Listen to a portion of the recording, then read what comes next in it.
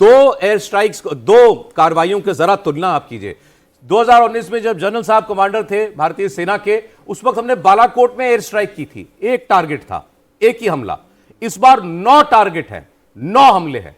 और जो लिस्ट दी गई, आज प्रेस कॉन्फ्रेंस हुई तो उसमें जो लिस्ट थी टेरर कैंप्स की, वो एक्चुअली 21 थी। उन 21 में से ये 9 सिलेक्ट किए गए हैं। आप एक्सपेक्ट कर रहे हैं कि बाकी जो 12 हैं अभी, वो भी हमारे निशाने पर होंगे, पाकिस्तान को अकल आई जाए? देखिए, वो जो टारगेट लिस्ट है, जहाँ हमारी क्या प्रायोरिटी रहेगी, ऑप्शन 1 में हमने इसको लिया, ऑप्शन 2, 3, 4, वो तो जो आज के कमांडर्स हैं उनको मालूम है। लेकिन जो आप बात कर रहे हो, इसका मतलब है कि इतने टेररिस्ट ट्रेनिंग कैंप पाकिस्तान में एग्जिस्ट करते हैं, जबकि पाकिस्तान हमेशा कहता है कि यहाँ पे कोई टेररिस्ट कैंप नहीं है। और दूसरी बात जो है, जो आपने बालाकोट का जिक्र किया, जब 2016 में उरी के बाद में जब एक्शन हुआ था सर्जिकल स्ट्राइक, वो सिर्फ सेना ने की थी, यानी कि सिर्फ आर्मी का एक्शन था। बालाकोट जब किया गया पुलवामा के बाद, वो सिर्फ एयरफोर्स का एक्शन था। इस बार तीनों सेनाओं के अंग, आर्मी, नेवी, एयरफोर्स का कोऑर्डिनेटेड एक्शन है। और पहले दोनों बार, जैसे सर्जिकल स्ट्राइक में शायद 5, 6, 7 टारगेट थे, लेकिन वो सारे टारगेट मिलिट्री नेचर के थे, आर्मी नेचर के थे, और एयरफोर्स का टारगेट था सेकंड टाइम। और इस बार आर्मी, नेवी, एयरफोर्स ने मिलकर, जैसे आपने बताया, 9 टारगेट बहावलपुर से लेके मुरीद के, जो कि लाहौर के पास में, से लेके right up to Pakistan occupied Jammu and Kashmir, Muzaffarabad, Kotli. तो इस बार जो टारगेट की लिस्ट ही बड़ी नहीं है, टारगेट की रेंज और डेप्थ भी बड़ी है। सर, इसी से जुड़ा हुआ मेरा अगला सवाल है कि रेंज भी बड़ी है, डेप्थ भी बड़ी है, किस तरह से हम प्लान करते हैं? क्योंकि पूरा देश गुस्से में था, हर कोई कह रहा था कि जाइए, घुस जाइए, पाकिस्तान को नेस्तनाबूद करिए, हमला करिए, इंतजार कर रहे थे लोग, कब कब कब। हमने सब्र रखा। तो क्या कुछ प्लानिंग होती है, क्योंकि आप बालाकोट के वक्त खुद उस ऑपरेशन में इन्वॉल्व थे, किस तरह से ऐसे हमले प्लान किए जाते हैं? देखिए, जब जैसे ऑपरेशन संधूर है, क्योंकि जैसे मैंने बोला कि ट्राई सर्विसेज टारगेट डिस्ट्रक्शन थी, तो जब तीनों सर्विसेज होती हैं तो उनका कुछ कोऑर्डिनेशन होता है।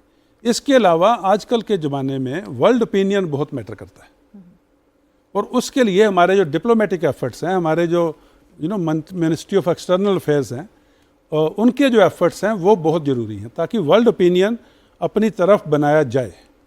और आज के दिन दुनिया में सिर्फ 2 ही खतरे हैं। एक खतरा है टेररिज्म का, और जब भी कहीं टेररिस्ट की घटना होती है पूरे विश्व में, तो उसके तार आके जुड़ते हैं पाकिस्तान से।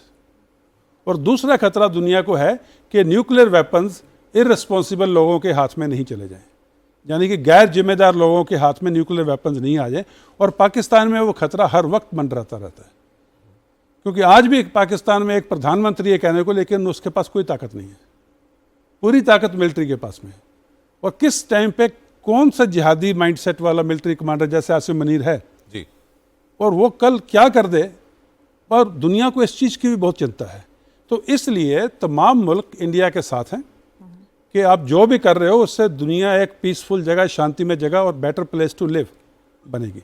और ये जो प्लानिंग होती है, लाइक मैंने आपको बताया, मिनिस्ट्री ऑफ एक्सटर्नल अफेयर्स का इसमें बहुत बड़ा योगदान रहता है। जब वो वर्ल्ड ओपिनियन तैयार कर लेते हैं तो फिर मिलिट्री को गो हेड दी जाती है। इसके अलावा इकोनॉमिक एस्पेक्ट्स जो है उसका ध्यान रखा जाता है। जो पॉलिटिकल एस्पेक्ट्स हैं, पॉलिटिकल फॉल आउट क्या उसका हो सकता है, उसका ध्यान रखा जा सकता है। और इस बार एक बहुत अच्छी चीज़ देखने में आई कि तमाम पॉलिटिकल पार्टीज, तमाम राजनीतिक दल सब एक गुट होकर के बोलते हैं कि जो भी सरकार करेगी हम सरकार के साथ हैं। ये जो एक हिंदुस्तान ने एक पहली बार ये दिखाया है, ये बहुत अच्छी बात है। एंड हर देश, जब दुश्मन देश के खिलाफ कार्रवाई होती है तो हर देश एकजुट हो जाता है। और अभी ये अच्छी बात है कि हिंदुस्तान में भी, इंडिया में भी ये परंपरा शुरू हो रही है। सर, अब आपसे जानना चाहते हैं significance of targets, specially Bahawalpur Jaish e Mohammed, Muridke लश्कर तैयबा और मुजफ्फराबाद हिजबुल मुजाहिदीन। ये वहां से आतंकवादी भेजते थे, आप उनका कश्मीर में सफाया करते थे।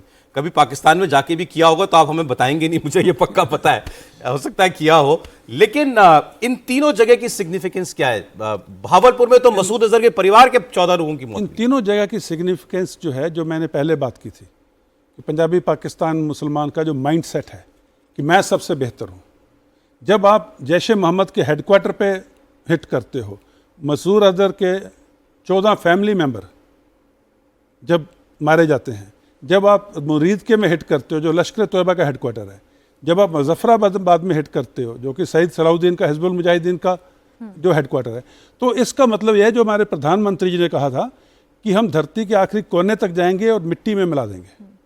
इसका यह है कि आप कहीं भी हो, आप सेफ नहीं हो, वी विल गेट यू। और ये एक बहुत बड़ा संदेश है पाकिस्तान के जो टेररिस्ट हैं, जो पाकिस्तान के टेररिज्म को चलाते हैं, कि अभी पाकिस्तान में कोई भी जगह सेफ नहीं है। We will not restrict our action only to Pakistan occupied Jammu and Kashmir. हम पंजाब में भी आके हिट करेंगे, और डीप और रेंज, जैसे मैं पहले बोल रहा था, रेंज देखिए भावलपुर से लेके मुजफ्फराबाद, और डेप्थ देखिए कोई 100 किलोमीटर, कोई 150 किलोमीटर अंदर जा करके उनको हिट किया। तो आपको आपने कहा कोई टारगेट सेफ नहीं है पाकिस्तान में, रावलपिंडी भी नहीं। पाकिस्तान में एक चीज होती है स्ट्रेटेजिक डेप्थ। किसी भी मुल्क की स्ट्रेटेजिक डेप्थ जो होती है वो कितना ऑब्जर्व कर सकता है।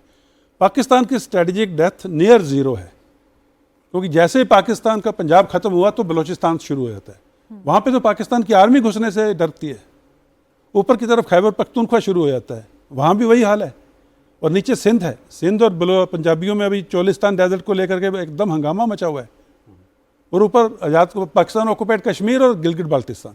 तो जो इनकी डेप्थ है ये लिमिटेड है अप टू इंडस रिवर।